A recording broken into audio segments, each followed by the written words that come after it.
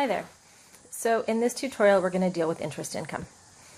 Interest income here, it's written as a negative number. That means it's actually a net expense.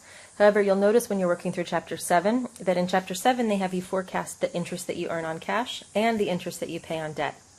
This number here is interest paid plus interest earned, right? That's the net interest. We'd like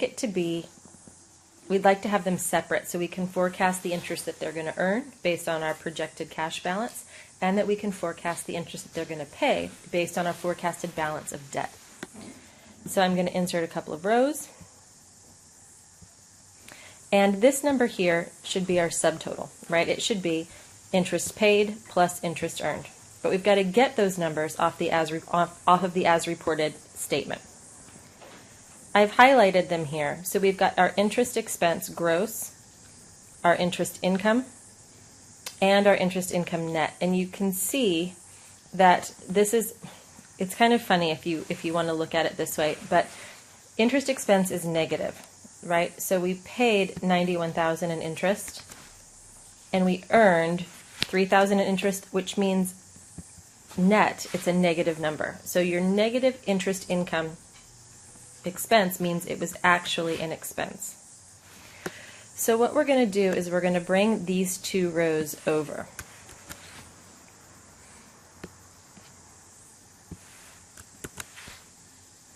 I can remove the color on those.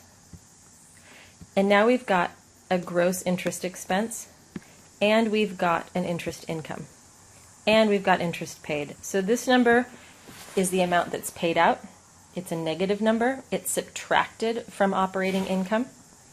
This is interest income. It's money earned, and it's added to interest income. It's added to operating income. And then this number here is our interest income net. It's what we paid minus what we received.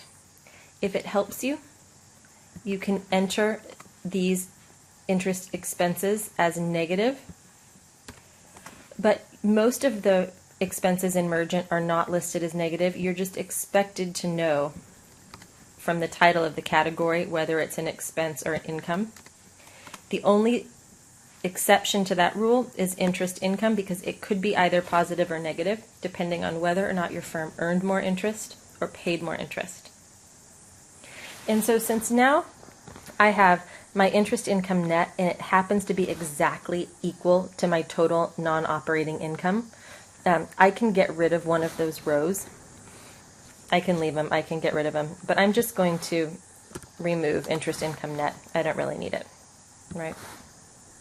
Okay, so now we have enough information in our income statement and balance sheet to pull out those value drivers and get going on our forecast. All right, talk to you soon.